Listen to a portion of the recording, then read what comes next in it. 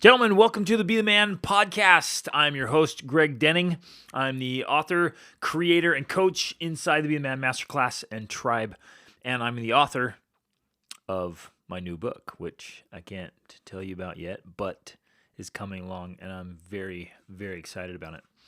So when I moved to Georgia a couple of years ago, I wanted to keep training in martial arts. Our kids and I have looked for martial arts gyms wherever we've been in the world. From one of the most memorable ones was in this little basement inside the Medina, inside Marrakesh in Morocco. And the instructor only spoke a little bit of English and would just yell at the whole group in Arabic. And man, it was intense and awesome. And we've taken Muay Thai and boxing and kickboxing and Taekwondo, some grappling and jiu-jitsu and Krav. We've just done, bits and pieces here and there as we traveled around and just tried to keep a little bit of that in our lives. And when we got here, I wanted to get more into the Krav Maga. And so we found a gym, started going to the classes, really enjoyed it, leveled up in our skills. And as the kids were getting bigger and stronger now, they're getting into the teens, right?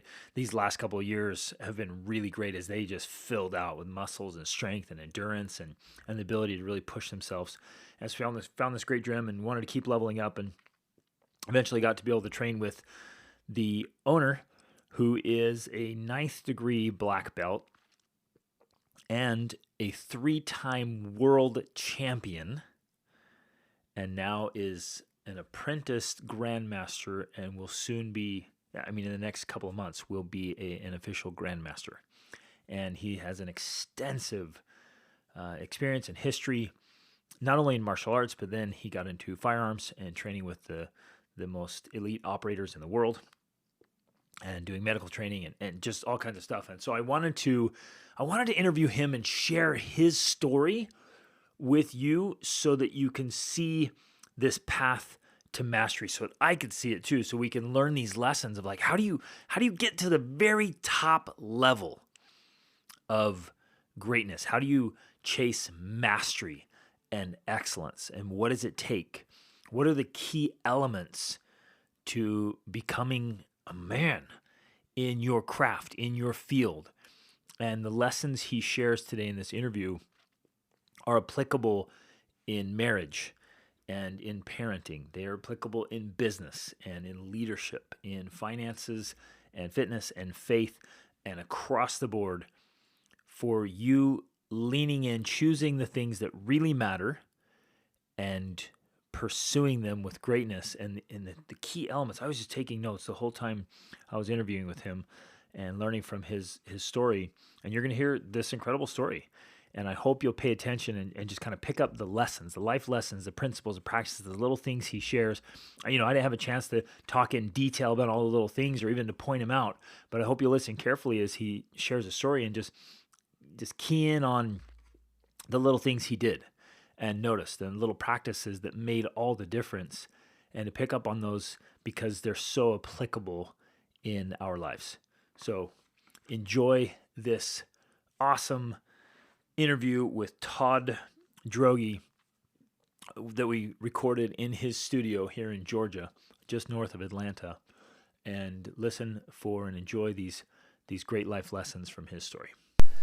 All right, I've been looking forward to this conversation a lot because in spite of having known you for a little while, I don't know your story, and I really want to dig into like what made you different? Like what are the principles and practices that get you to the level of where you're at? But before we jump into all that, just give us a little bit of your background, your story, and what you do. Okay, so my name's Todd Droege. I've been doing martial arts for 46 years. I've done Krav Maga. Actually, we started Krav Maga on the day that the planes hit the building. We were standing in the room getting ready to start when 9/11 the 9/11 happened. So that was one of the parts that kind of kicked off the next series of my life. But I kind of try to stay in order as we go. So when I was a kid, my brother wanted to take martial arts lessons. We lived in a farm in Kentucky, and he was like, hey, I want to take karate lessons. And I was like, hey, I'll go with you. I don't care. So we went down there, and Dad signed us up, and we started lessons. And, I took off. I actually skipped a belt or two because of my performance. My instructor saw something in me at that point. And I think it was like green belt or something like that. Went right to blue belt, which is not many people did at that time because it was pretty rough. Because you didn't have gear, you didn't have age groups really. It was just everybody fought everybody. And so after that, I moved down here right after high school. My instructor moved to Atlanta to open up a series of martial arts schools because Kentucky and Cincinnati area was really not the economy that Atlanta was and still is. So he moved down here to open 3 schools, Taekwondo schools. So he goes, hey, why don't you come down? Because we used to hunt together. We used to do things together. And he said, why don't you come down and spend the summer with me? And we figure out what you want to do. So first day I get there. And this is still in high school or after? No, after high school. So I just graduated. I was about a week after that. And he said, come on down to Atlanta and just live with me. And we'd go sailing and hunting and fishing and training and all this kind of stuff. And how far along in martial arts were you? I was probably a 2nd degree black belt at that time, maybe a 3rd degree. So you'd really progressed rapidly. Yeah, I was actually teaching at the school in Kentucky when he left, and then another guy came in, and he was a really, really good martial artist, but he was crazy. I mean, he actually called back, Mr. Hamilton, my first instructor, called back and told him, you quit hurting my students or I'm going to come and beat your ass. So because I was like 13 or 14 teaching classes, and this is a grown man that was 35, 40 years old that would spar and just beat you beat you into the wall. And I'm like, we sparred hard, but we never tried to kill each other, and that's a big difference in age and maturity. So anyway, I moved here. The first day I get here, he goes, well, the former manager, head instructor, Jerry, that came from Kentucky also, he moved down here, was a kickboxer.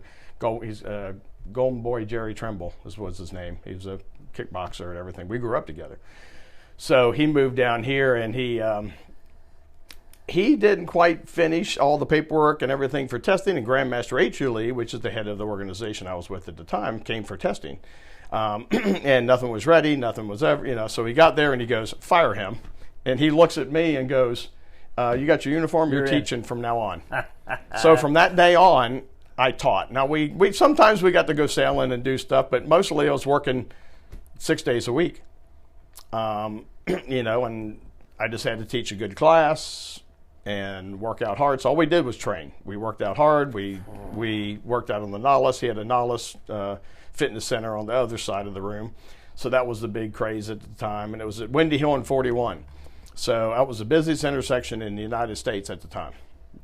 So at lunchtime, he would have us standing out in the middle of Highway 41 with flyers at the light. Waving people in. So, I don't know how I made it this far to begin with, because we all should be dead standing out in traffic handing out flyers. But so we trained and we did all kinds of things. About 3 years later, he said, hey, I want to sell some of the schools. I want to move on to something else. Is your mom and dad going to be around at the Louisiana tournament? I'm like, what? He goes, can you have them come to the Louisiana tournament? We'll talk about buying one of the schools.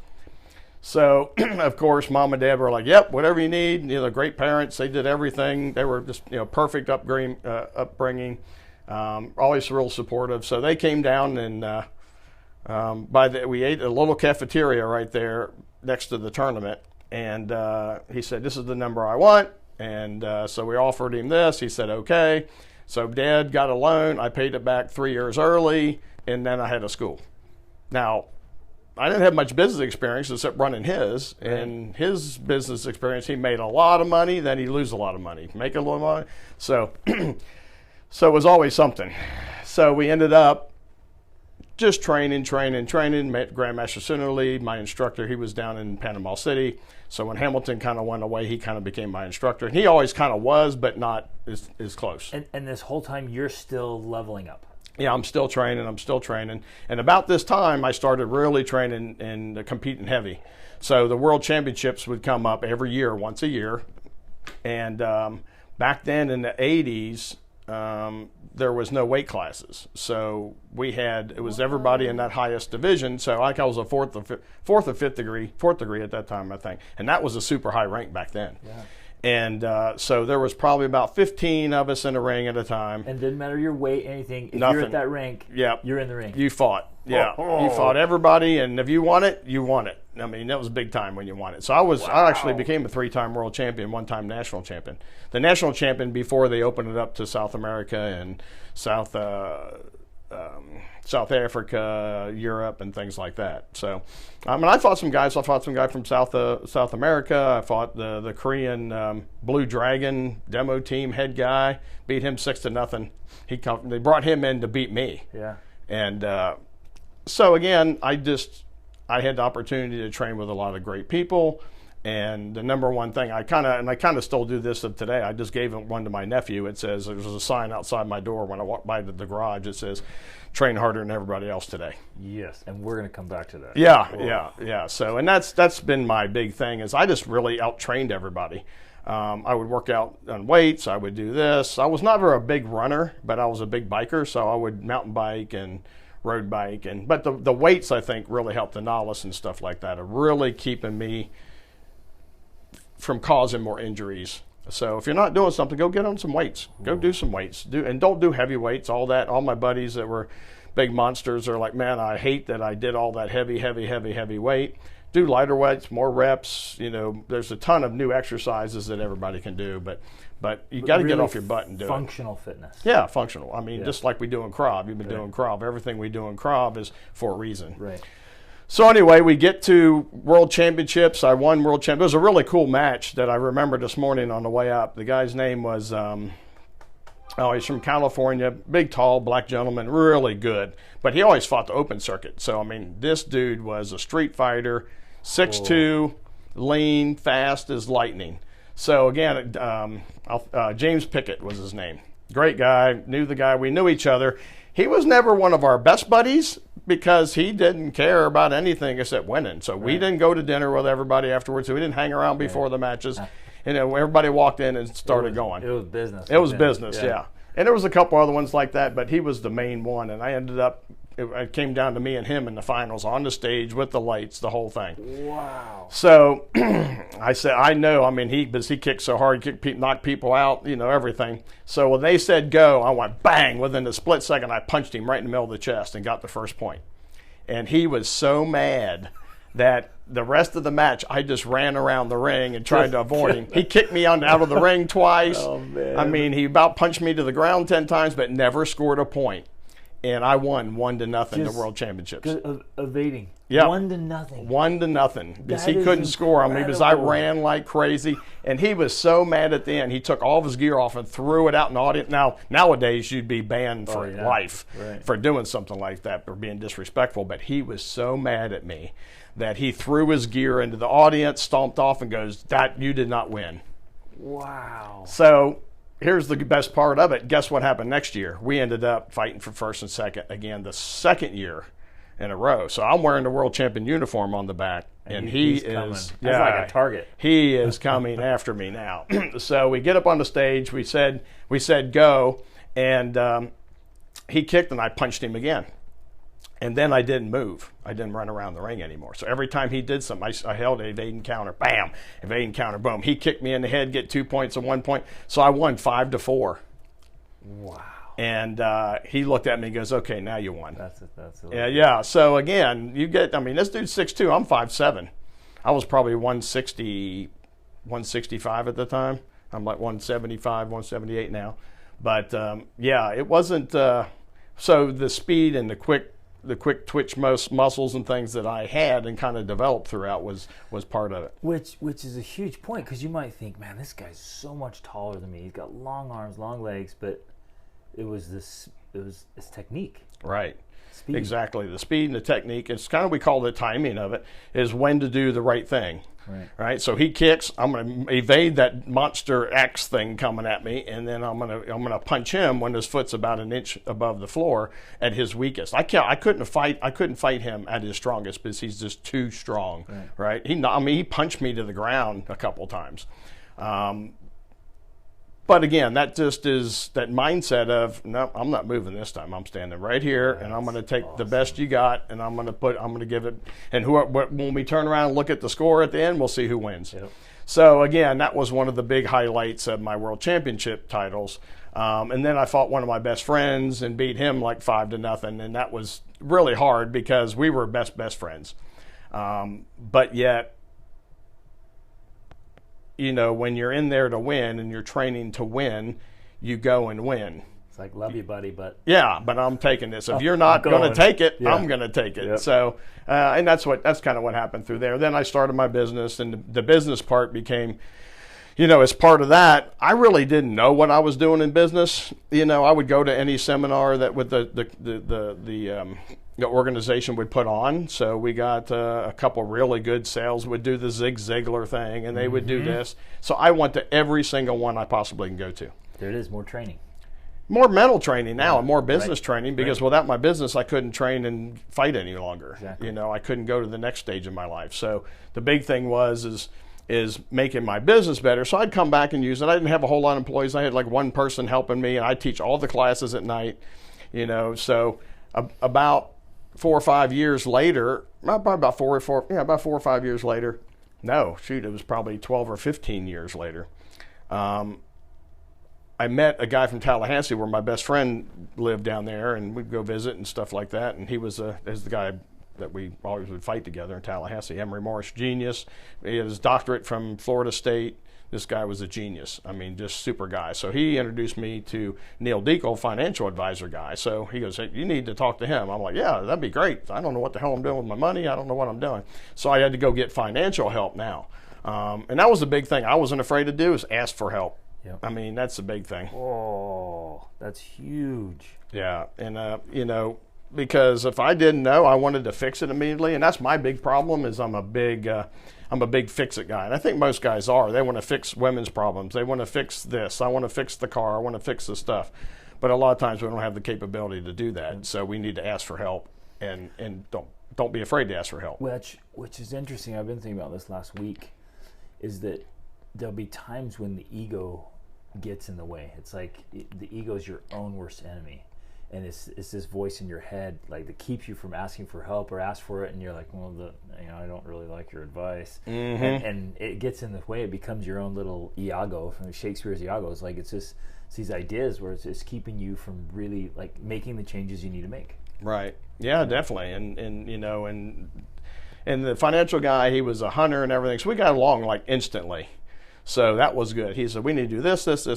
And he goes, well, what are you doing? What are you paying that rent? What's that rent thing you're paying? You paid it for 15 years on time every year, every month?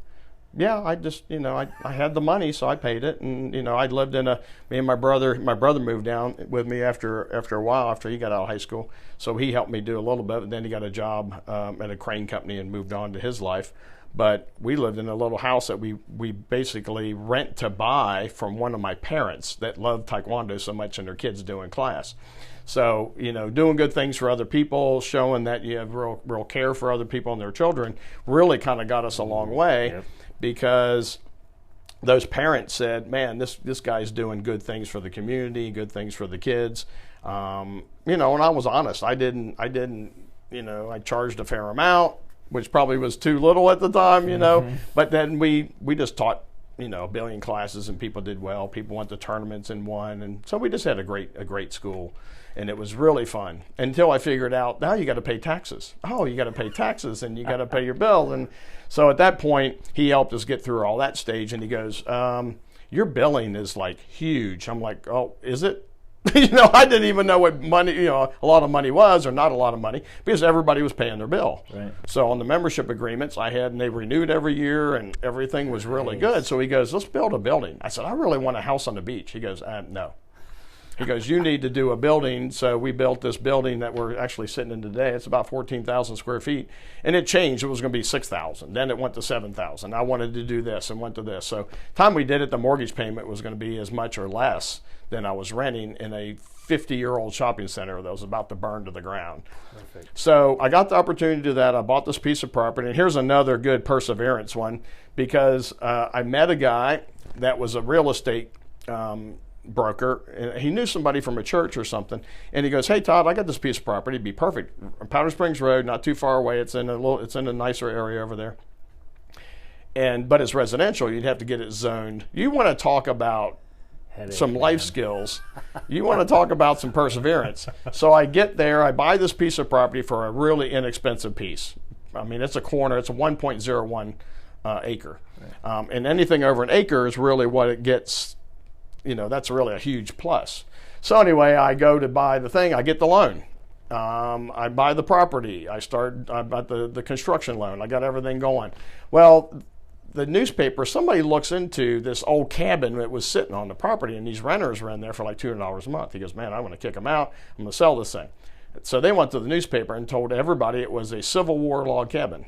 Ooh. So now I've got everybody jumping down my butt going, you're going to destroy this Civil War relic and all this stuff. And so we had to go back to zoning. I had to hire the zoning guy because they weren't going to approve it and get zoned. Now I got this property in this building getting ready to start, and I can't do nothing. And so I hired this great attorney that did all the zoning stuff, and we got along great.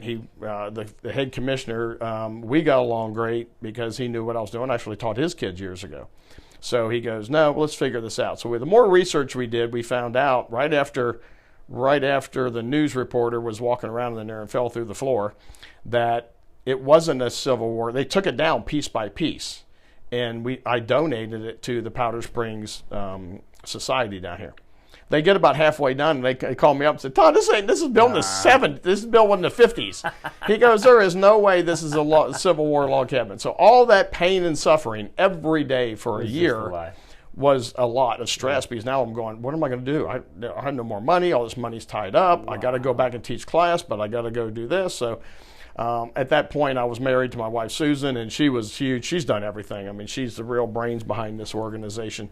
She puts in more effort and works harder than me times 10. That was actually one of the things I was going to ask you, is how your relationship with your wife has affected this. Right there before I won the World Championship stuff, I was having a tournament. I had a tournament here in Atlanta, and her friend, the weekend before, her friend was going to test at Master Bump School down in Warner Robins, and he asked me to come down and be a guest judge. So she tested afterwards. We introduced everybody, said hi, and we left. I said, hey, by the way, I'm having a tournament. Come to Atlanta next weekend. And then she came up next weekend, and we talked, and that was it. So, awesome. So we were good to go from there. We've been married 32 years this year.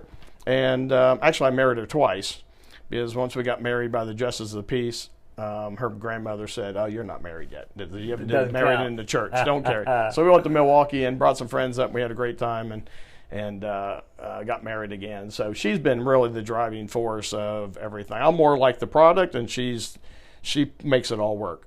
The loans, the paperwork, the business, and stuff like that. That is awesome. Really is a great team, because I couldn't do it before. I was doing it just because of my ability to teach class. Yep. So I was that person out there, but behind the scenes, that stuff wasn't getting done efficiently. She's running all the logistics. Now she does the logistics, awesome. And she makes it all work. Yeah. So it's really a team thing. And it's hard sometimes working together all the time. Yep. And I find myself not asking questions and telling, instead of asking questions a lot, and overstepping my bounds sometimes, and I think all guys do that probably at least once a day. Yep. Get back in your lane. Yeah, buddy. Just get back in your lane and shut your mouth and just go on and whatever. So we get past that part, and here's where it really kicked in that I was doing the right thing.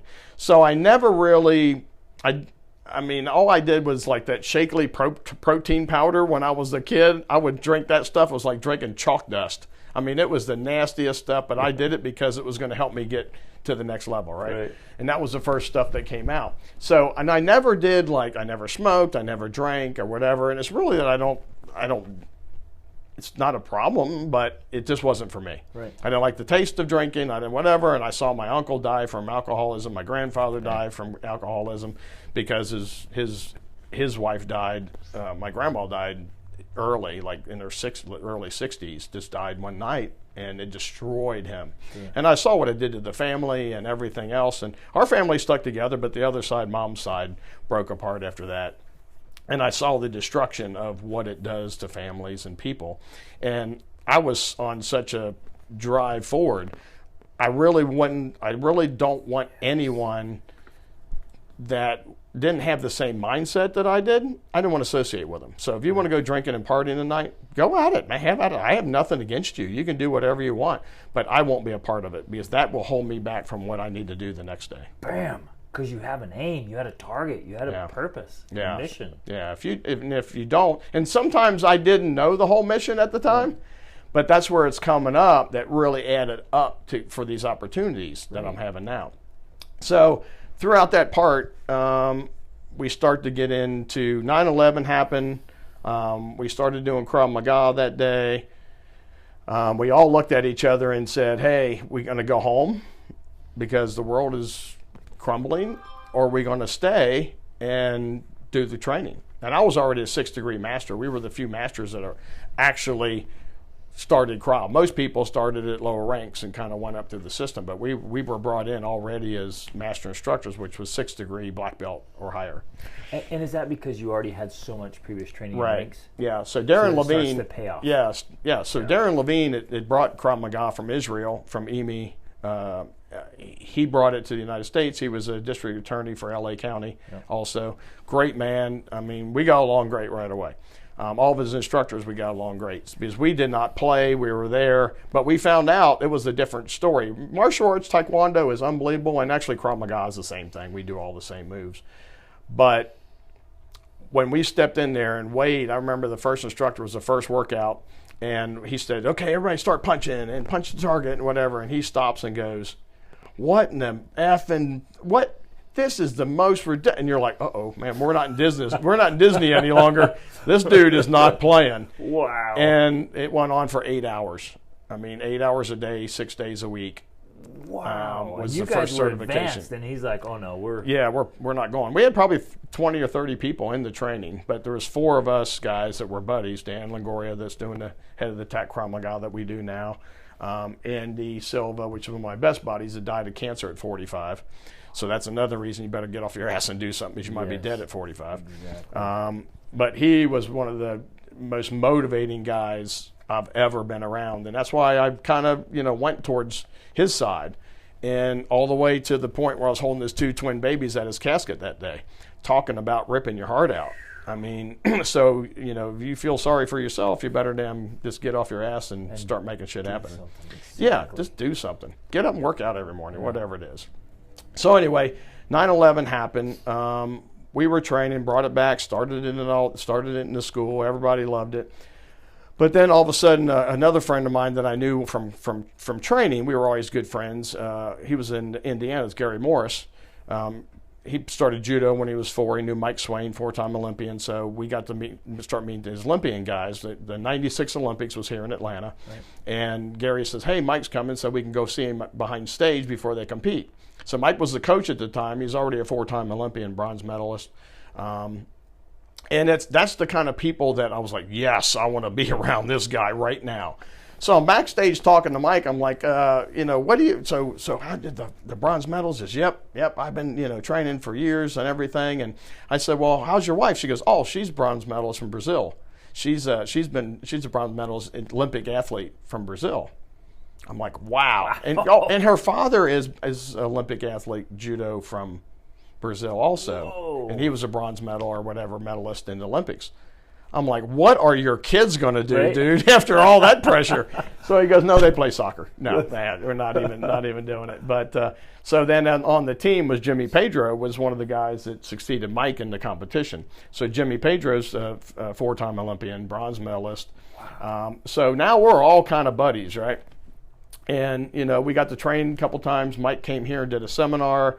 And you got those athletes that are really good athletes. Then you got Olympians that are training 8 hours a day every day for 4 years to have at least to have a shot. That there's no guarantee, just to have a shot. So that's another huge level. So, and then you've got the super freaks that, was Gary played judo since he was 4. He said, I played judo with the Olympic guys, and I'd hold my own. Most of the time they would still beat me because they were training 8 hours a day and had the top coaches and the stuff. And he said, I did it, but I didn't do it at that level. But he was good. He was really good at judo, by the way. And so Mike comes in, Mike Swain, and I start to see, this secondary level. And he's like, yep, I could stay with the other Olympian guys, but when I got with Mike, it was like he would touch me and I'd be laying on the floor going, who put the lights up there? Where did that? Didn't know how it got there. Didn't know what it was. Didn't know where it came from. Didn't know how fast it was. It was just over in a split second.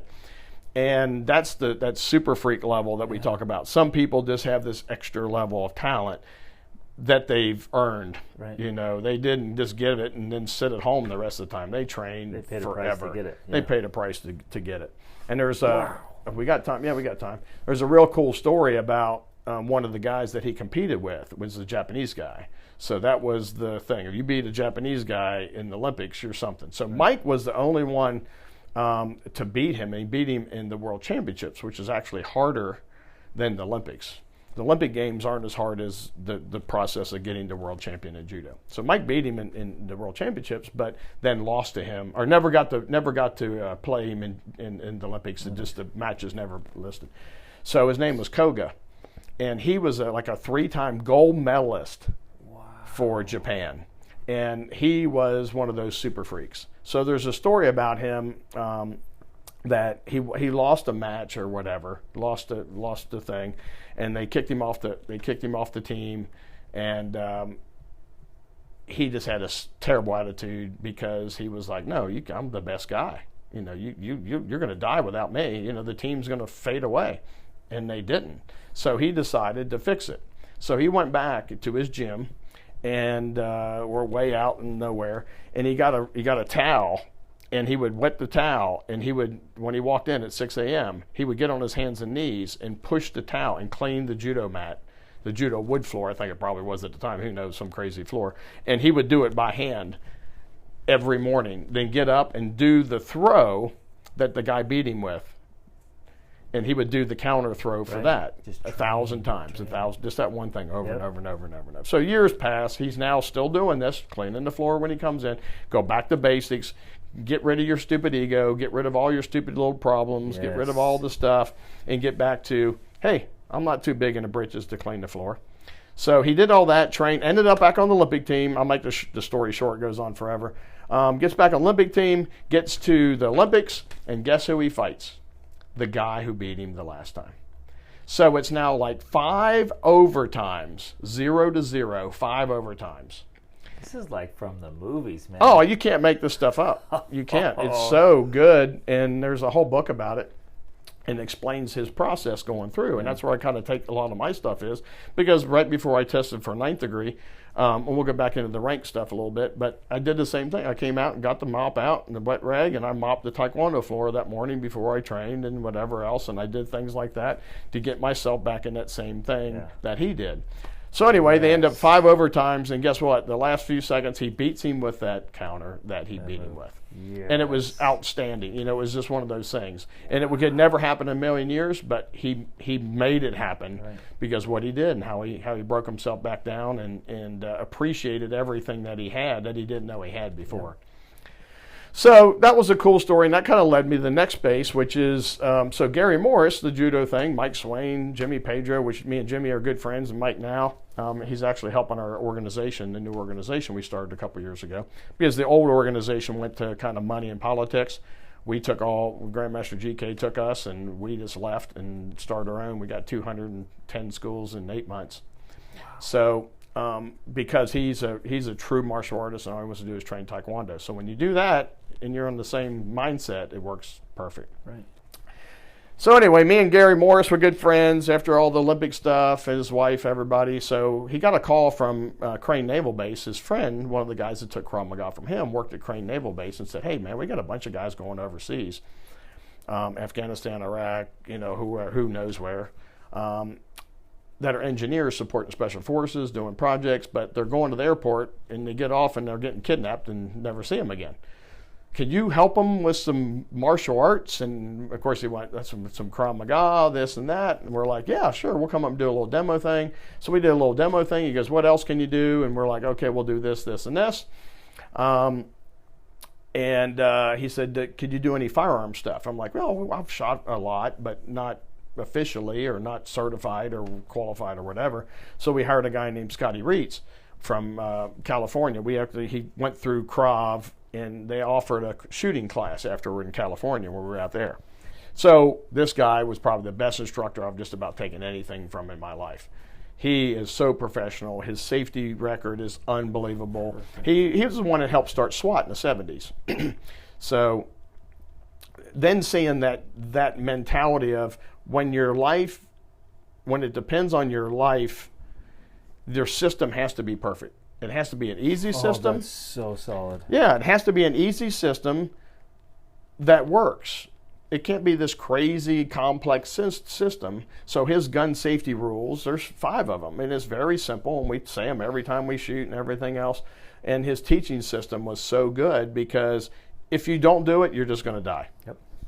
And then the medical part we did with Dr. Hemisfar with the TCCC, same thing. If you didn't do it in the proper order, you just died. And if your life depended on it, you needed a system that would work. So indirectly, all these years, I've had a pretty simple training system. I've had a pretty simple plan for success, is find somebody that can help me that knows more about it than I do and work my butt off, yes, to do it.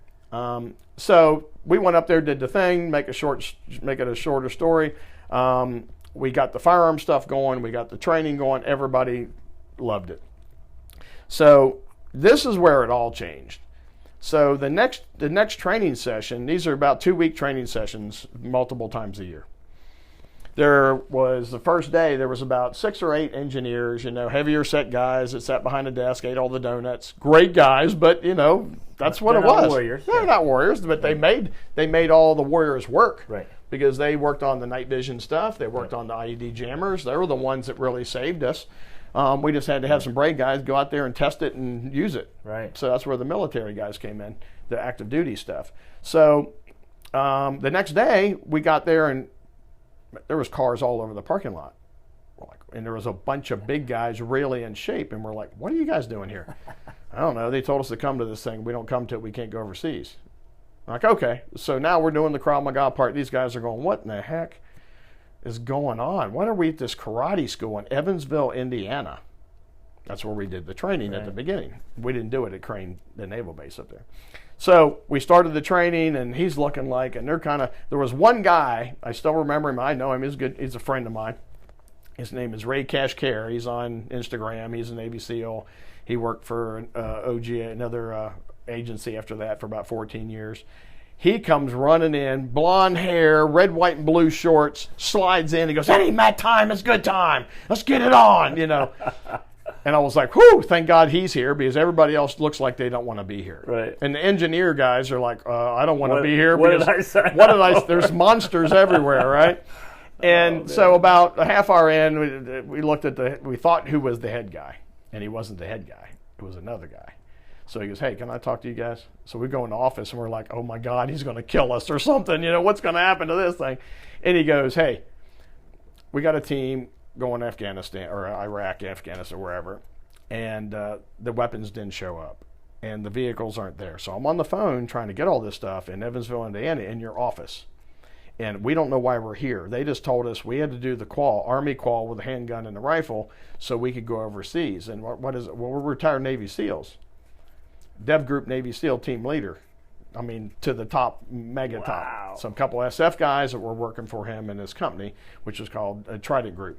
Most honorable people, nicest guys on the whole planet, but they were the baddest mothers on the planet. And the smartest. You think about these guys as door kickers. Jay, one of the guys who was the head security for Karzai, he was his head bodyguard, and he was one of the guys that were there on one of the courses too.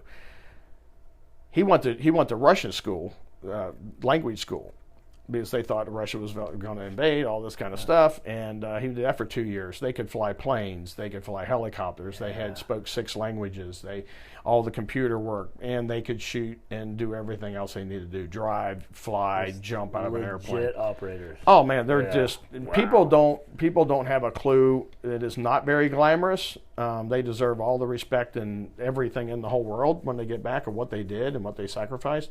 But people don't have it. I asked Rat, which this guy's name was, the head guy. I said, "What was the coldest you've ever been?" He goes, oh, we were somewhere, can't really tell you. We laid in 1.5 feet of snow for a week, surveilling what was supposed to be going on over here so we could do what we need to do or somebody could do to see if this was bad guys or whatever. And I said, oh, man, I know exactly what you mean, because at band camp, man, that Salisbury steak we had that day was cold, and I know. And he looks at me and goes, you don't. Yeah. And that's the only reason he put up with me and Gary, because we were never in the military. I was never in the military. Right. My wife was in for 21 years in the Air Force, but I never was in the military. So I never pretended to be anything I wasn't. So when they would say, hey, the BR-279, I would like raise my hand and go, Todd, what? I'm like, what is that? And I go, oh, yeah. Okay, it's a thing. All right. So we would do that all the time. And I think that's the only reason they kind of respected us. But one, for our skills of the Krav Maga stuff we did, because they all did it with us. And man, this shit's good. This is better than anything we've done. Great. That helped. But then we didn't pretend to be anything we weren't. Yes. And we would say, hey, what do you want me to do? Yeah. And they would go, okay, we're going to do this. Or we would have the schedule, because Gary and myself actually ran the company, and his wife, here we go again, his wife did most of the paperwork and helped us get all that, but she was a genius. And my wife did all the back paperwork on my side of this company. So again, we did all this, they trained, we went through the shooting thing, talking about turnaround. They said, okay, we got it. Let me just make this last phone call and I'll huddle with the guys. And he huddled with the guys and said, okay, here's what's going to happen. These guys are out here to help us. We're here to get this job done. Let's work together. We got done the whole week or 2 weeks. And talking about fun, our shooting course went from a basic shooting course to driving 3 Suburbans, sliding them in sideways at the range, shooting 18 targets out of the sunroof and all the doors with 5 guys, 10 guys jumping out of the Suburbans. So I was like, okay, this is where I want to be right here. Awesome. But I also learned I didn't want to overstep my bounds, because you got that super elite, Mike Swain, Jimmy Pedro, Super Freak, Navy SEAL, these guys, that I knew my limitations. Right. So we went to lunch in the Suburbans, right, that we just trained in and everything else. And I look and I'm in the back seat and there's like blood all over the back seat. I'm like, what the hell happened here last night? We went to the pizza joint. And when we're driving down the road, we play this game. And we beat the shit out of the driver and drag him while we're driving down the highway. We throw him out of the driver's seat, throw him in the back, and somebody else takes off and drives. So we're beating each other up, and somebody got a bloody lip, somebody got a bloody, and I'm like, no, I know my limitations. Yeah. I'm not going to pizza with you guys ever. Exactly. There is no way you're beating the shit out of me, throwing me out of the passenger seat as we're driving 60 miles an hour down the highway. We're going out for food with you guys. Yeah. So, and sometimes we did because it was cool to do it, but we knew our boundaries and we knew what to say and what not to say. And I think that helps people a lot, is because you want to be one. Yeah, I want to be a Navy SEAL, but did I earn the right to be a Navy SEAL and call myself one? Hell no, not even close. Yeah. So would I maybe gone back and maybe gone that route? I'd love to have done that. But again, your life just travels in a certain direction, and maybe, you can't just maybe yourself to death. Take what you got and go with it and make it even better as you go. So we started that. At the end of this thing, the head guy goes, hey, what if we team up and make this thing even bigger? We were like, what do you got in mind? He says, well, we can do more shooting. We can do travel briefs. We can do the medical, TCCC. We do this. It goes 18 Delta standing right here. Scott, it was still my good friend today, and John. He's my head firearms expert that I rely on now in the company I have now. So I run things by him all the time. But so again, that led us into this major contract with the military. And just to point out here, now you got hand-to-hand combat and martial arts. Now you got firearms training and medical training. And travel briefs and this trifecta. And that. I mean, there was 10 things to this course. Troop movement. I mean, how do you get from place A? Driving. We did it all with them. And we sent over about 400 people over the 15 years we did this, and all 400 of them came back. I mean, so it was good. Actually, we had a couple of reports where they actually helped in an insurgent type situation, and they did everything right and helped subdue the bad guys, one group at this point. Fantastic. Yeah, so that was the other thing, is we wanted to make them safe. We were telling them we're not making you Navy SEALs, the people we were training, but yet we wanted you guys to be able to protect yourself and come back safe. So we had to get the best stuff. And I think when I hear that story, I think about that. I'm like, isn't that what we want to do just as men in a regular life situation? Like, let's have some awareness. Let's have some skills. Let's Right. be able to protect ourselves, protect our families, protect the people that are near us. And hopefully nothing happens. But if a situation does, you better be prepared. Yeah, yeah. You definitely you got to definitely be training and preparing yourself for the worst. Right. But you just do everything right. 90% of the time, you're not going to ever get to the worst. Yep. Unless you're putting yourself in bad situations, Right. and that can be it too. Drinking out all night, doing this, doing that, Yep. not supporting your family, not taking care of the family, things like that. Yeah, you can put yourself in a bad spot, Right. and then you might not get out of it with all the training, because SWAT guys, Navy SEALs, Special Forces, they get killed all the time too. Yeah. So, which is horrific. But so as we started doing this, they started believing in us more. We definitely believed in them.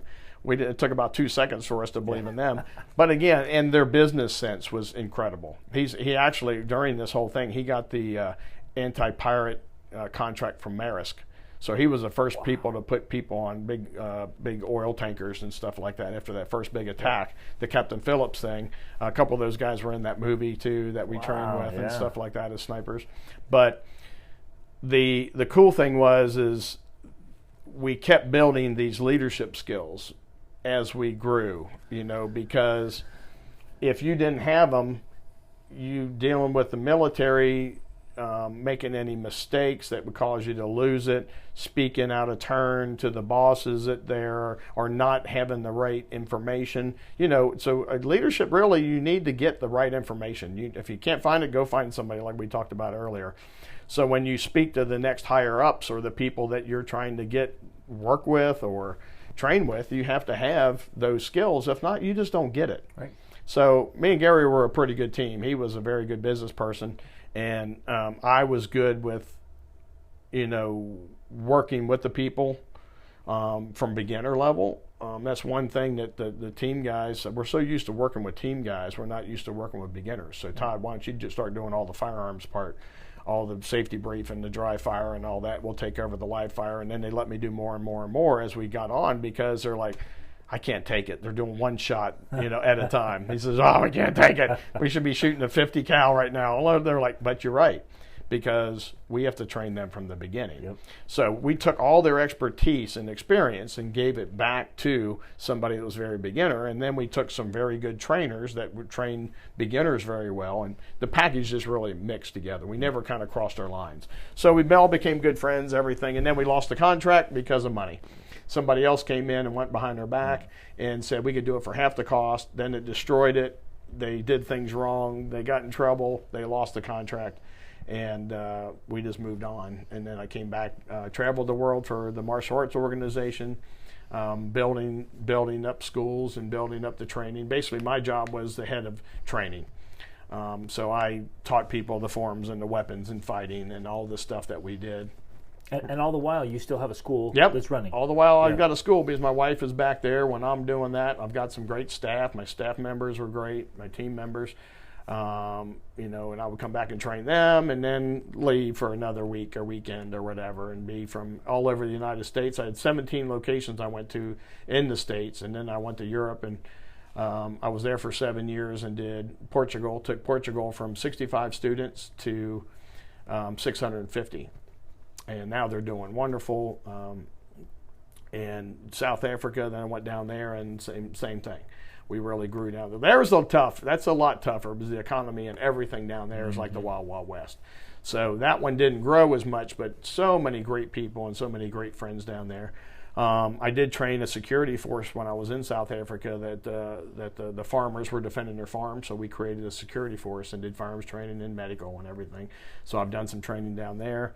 The Netherlands, and started some great training over there.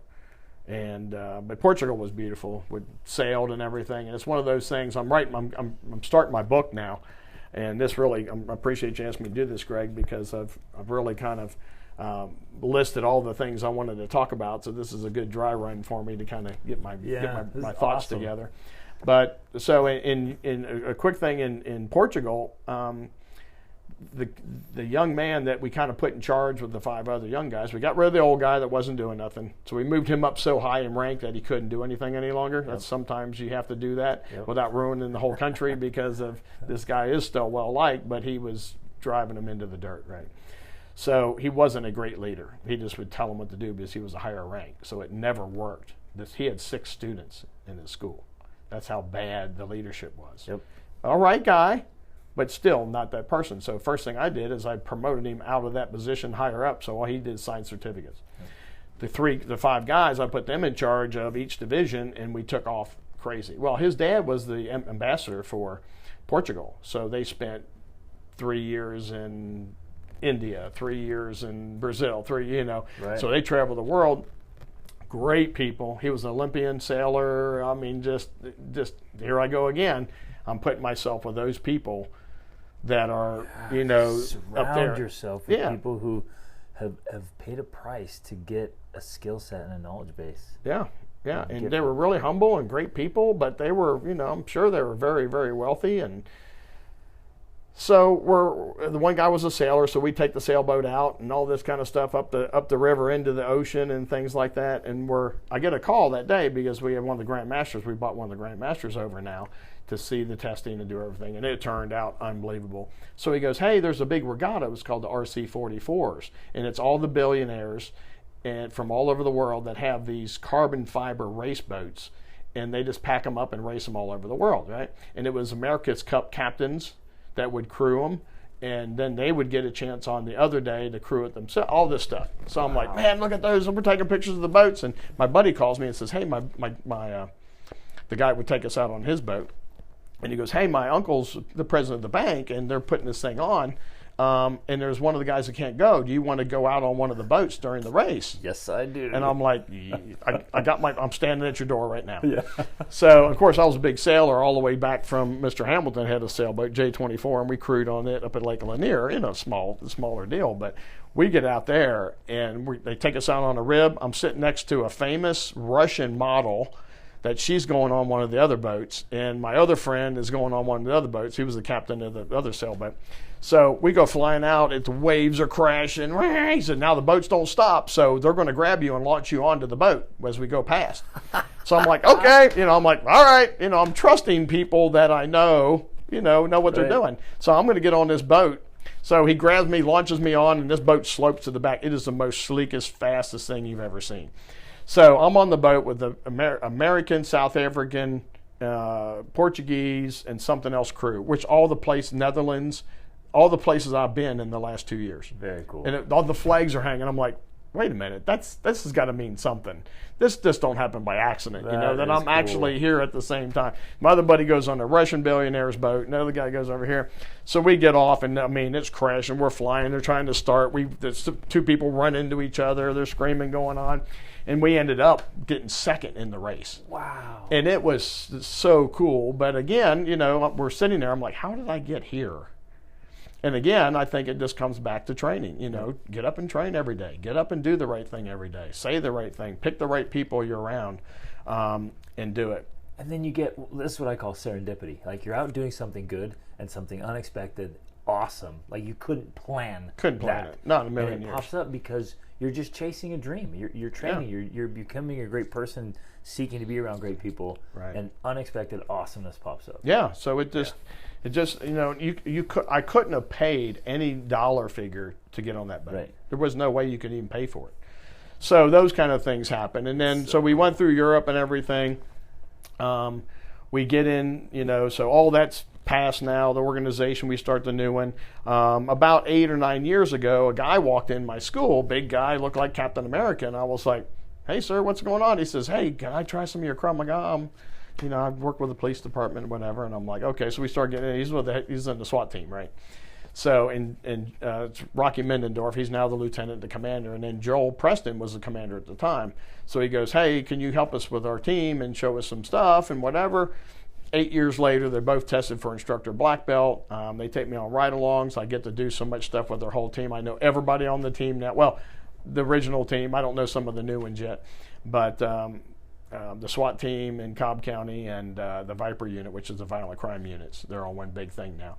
And I've learned so much again from them. And I'm like, how did I end up here again now with the head of the SWAT team training with me every week, and a lot of their SWAT team that comes and trains and stuff like that.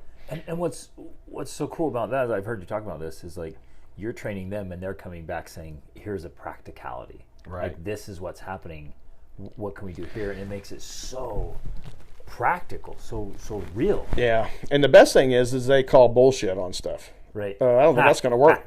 Todd, that ain't going to work because that's not going to work. Or this thing we did last night didn't work. I said, well, let's look at this. And okay, we didn't do that or do this. Or we've actually refined some of the Krav Maga stuff. Me and Dan Longoria, head of attack Krav Maga, we refined it because he works with a lot of prison guards out in Nebraska, and I work with these guys. So we did a technique. Rocky did a technique with the guys here. We brought them all over to the training center on 2:30 on a Wednesday afternoon. They went out that night, and I was riding with them that night, and a guy did something bad, whatever. They chased him down. They did that exact technique we did at 2:30, and it worked.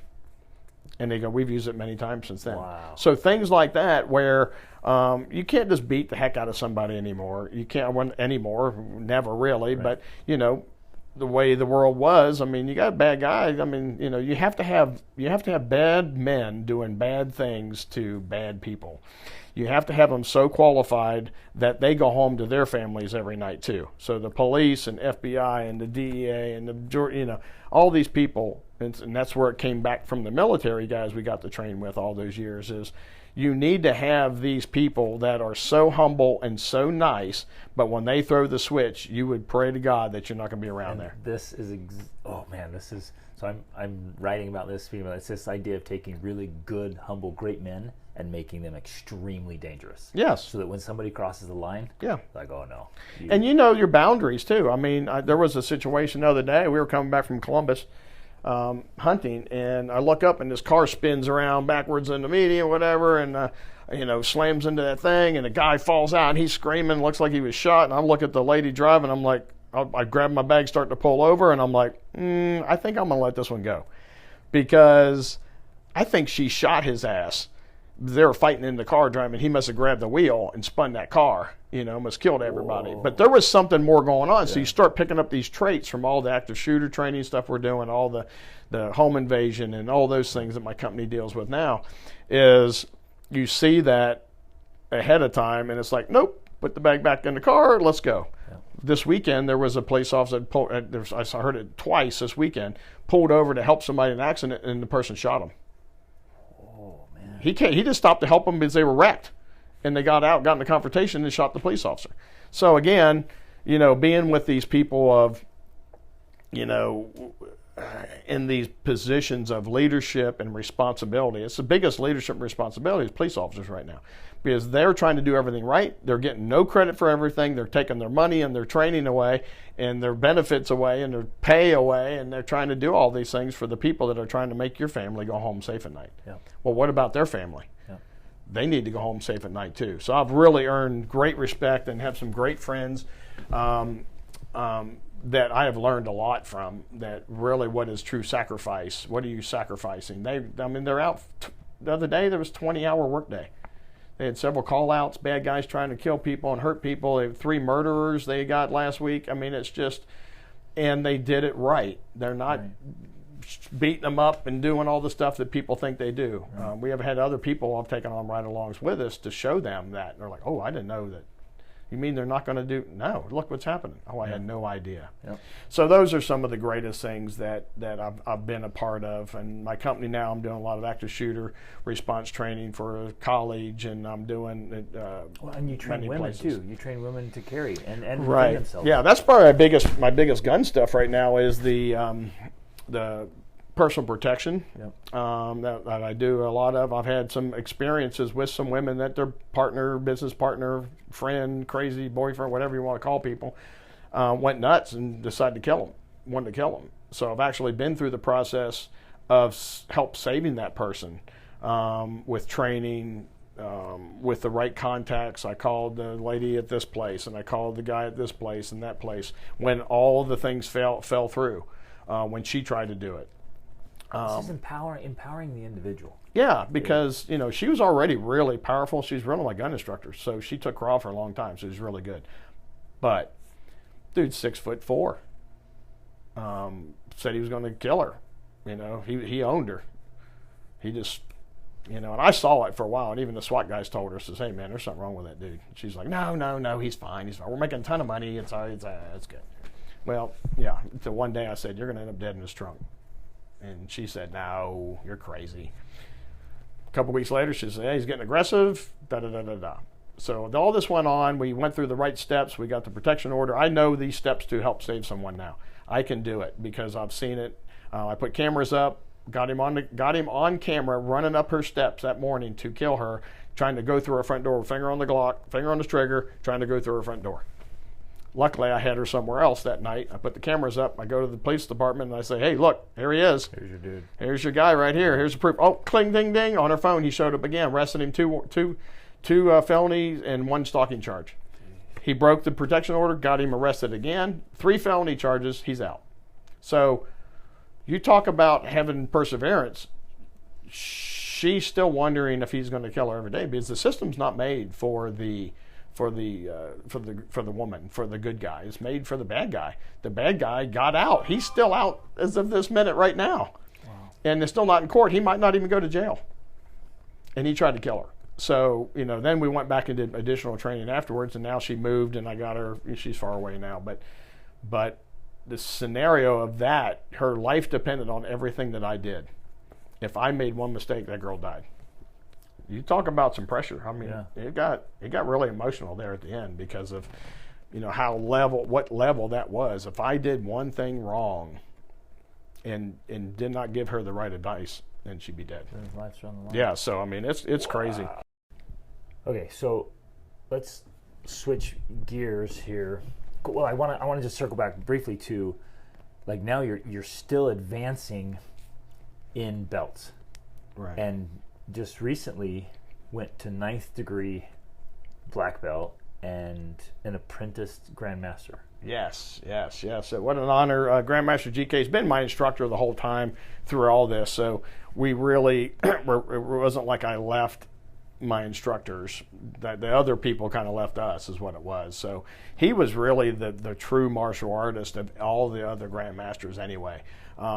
And he kind of took me under his wing back when in the 80s when he came over from Korea. We got along well then. He didn't speak hardly any English at the time, and then I helped train the Protec department, which was the weapons division of all the martial arts weapons and stuff. So he would show me, "Now go show the whole world."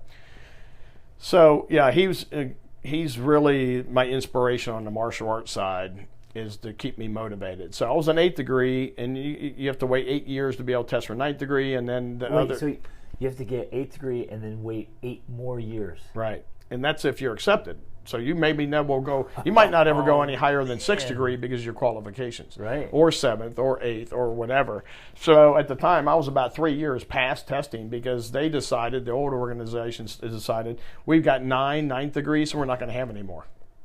No matter how hard I trained, no matter how hard what I did, I created more schools and kept more schools and organization than anybody.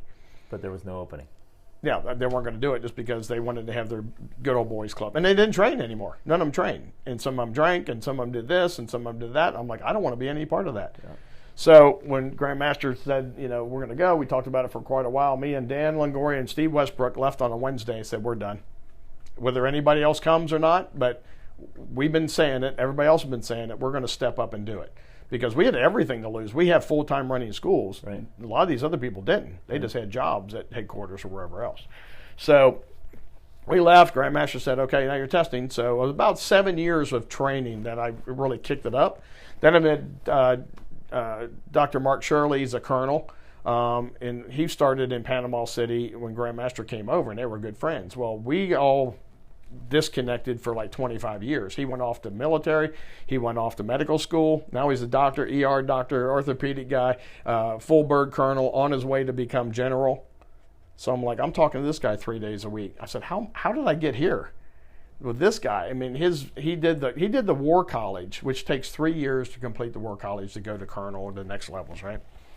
He had his protege. She did it in 8 months. 8 months, which is and she bet him a steak dinner that he couldn't beat her. Wow. And he did it in like 7 months and 2 weeks. That's awesome. And now he was full bird colonel. He's already got his papers in and already been asked possibly to go to brigadier general. So he's ahead of our science of keeping the instructor and the students healthy. Everything about the dragon fuel milk, the dragon fuel shakes with the lettuce and the stuff, the 20 things that we're drinking every morning and this, and really understanding how your body works and your chemistry works and what do you need to be on, what you need to get rid of, and all these things. So it's just changed my life and changed my body and changed my training over those years. So now, last year, we got the test for 9th degree. We all did great. It was unbelievable. We did an hour worth of stuff. So it wasn't like we just got up and honorary did it. I said, no, I don't want it. The other guys did that, the other organization. Some of them just did an honorary testing where you just pat them on the back and give them the belt. I said, I don't want to do that. If you're going to do it, I don't want it. Earn it. So ended up Grandmaster passed us the 9th degree, and then Grandmaster is the next title, but you don't automatically get that either. So you have to do things throughout the year as an apprentice, which is I helped develop the curriculum for the master training, and I've been teaching at the camps and stuff all over the country and things. And we got one this weekend in Texas. We're doing a big fight camp.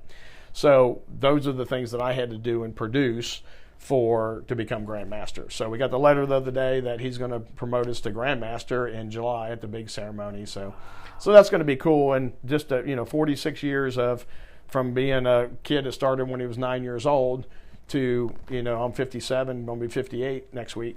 Becoming Grandmaster is really super cool. So just love all that. And I've been thinking so much about the book that I'm starting to. And I've been listening to a lot of people come back from the SEALs, back from the SWAT guys, back from my financial guys, especially my wife and her family. Don and Jan, they passed away last year.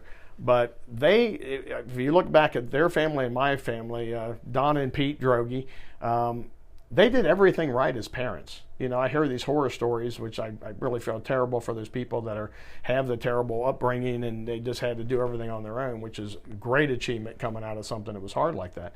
But they did everything right. They did everything right. They financially did everything right. So when they passed away, everything was set up already.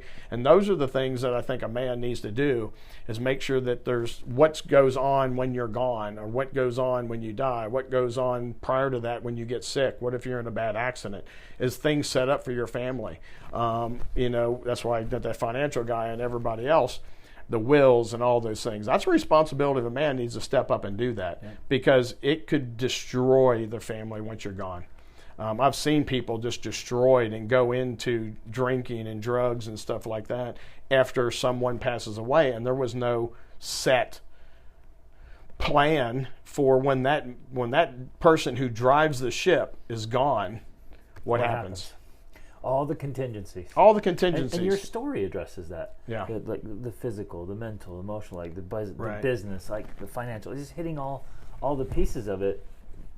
That's part of the recipe for winning. Right. And, all the good people I'm around all the time. That makes it great. All the great people take CROB with us and, like yourself and your family. And it just really adds to it. So I've been really thinking about winning, that word winning, So we go down this adventure of winning, right? Well, winning really doesn't care if your stomach hurts. Winning doesn't care if you're sore. Winning doesn't care if you make money. Winning doesn't care what kind of car you drive, what kind of job you have. It really doesn't care. Sometimes it doesn't even, someone else that doesn't even train as hard as you and beats you, it doesn't even care about that. Sometimes it's the unjust of, wait a minute, I'm training harder than him, I should beat him. So sometimes winning isn't even justful, and it's not fair. It's not fair at all. It's like, no, that's not fair. Suck it up and, try again. And it doesn't care if you've won before. It doesn't care if you won before, if you won a million times over and you beat the same person over and over, it really doesn't care at all. Right. It doesn't, it doesn't make you get up in the morning every morning, but you better get up every morning and do it anyway. You have that drive about the winning. Yes, of course you want to do that, but all these things that stand in the way of winning, There's only one thing that's really guaranteed in life. It's losing. So, yeah, that's your guarantee. You're gonna, you can lose. That's guaranteed, but winning isn't guaranteed. So, get off your butt, do something. Put your life in order. And I tell you what, I look back all the time. It's like my big thing in the book is going to be, how did I get here? And, I think about it. I said, I've had the perfect life, the perfect life. If I was dead tomorrow. I said that at the SEAL training. We were doing something, and we got to do something with those guys that no one can do. And I said, if I freaking died right now, I would be fine. This is awesome. It would be fine. And that's a guy thing, right? Right, that's a guy thing. Maybe it should be, my family, my wife, and my business and everything is the way it should be. And my manager, Patience, she's been a godsend for years. She's like our daughter, but she just does a wonderful job, and Susan's right hand. But without that winning drive, I see that in some of my staff members. I see it in my friends. I see it in some of the other things that we're progressing, because they're on that same path now of winning. Just from me, we're leaving, tomorrow. What? We left an organization we've been with since I was 9 years old, at 50 some years old, 54 years old. So, that's a lot of time with one person. To your principles. Yeah, exactly. And if you don't stick to them, what do you got? What's the point? I got to ask, though, because you talk to almost anybody, and they're like, yeah, I want to win. But is there something unique about you that just drove you, that, because a lot of guys are like, yeah, I want to win, but I didn't feel like working out this morning. I didn't feel like, I went to work out, but I didn't feel like pushing hard, or I didn't. Right. What's, because you're right, and I don't even know how to articulate this, but we want to win, but there's wanting to win, and then there's the willing to win. Right. And I think most of it is letting down some of my friends or my family, because they know where I'm going. So if I started going, I don't feel like working out, I feel worse about letting them down. Huge. And my family members, my friends, my mentors, my instructor, what would Grandmaster GK say if I said, I came back to the Grandmaster ceremony after being in the best shape of my life at 57 years old, and then come back 30 pounds overweight. Yeah. I would feel destroyed that I let him down, and I didn't maintain my level of fitness through this apprentice, to become Grandmaster. And when I walk out there, I feel really bad. I feel good now when I'm doing this thing, this training a security team for this college for an active shooter training, right? 24 people that have run security for this college. But when I walk in and I feel the part, look the part, I feel really good about, man, I'm going to teach these people some great stuff that's really going to help them. Now, if I walked in there 30, 40 pounds overweight, why would you, I always kind of feel like, And I've learned some stuff. There was one guy that's a professional shooter. Unbelievable. But if you looked at him, you would never guess it in a million years. He's out training snipers all the time now. For the military. He trains the top snipers in the military.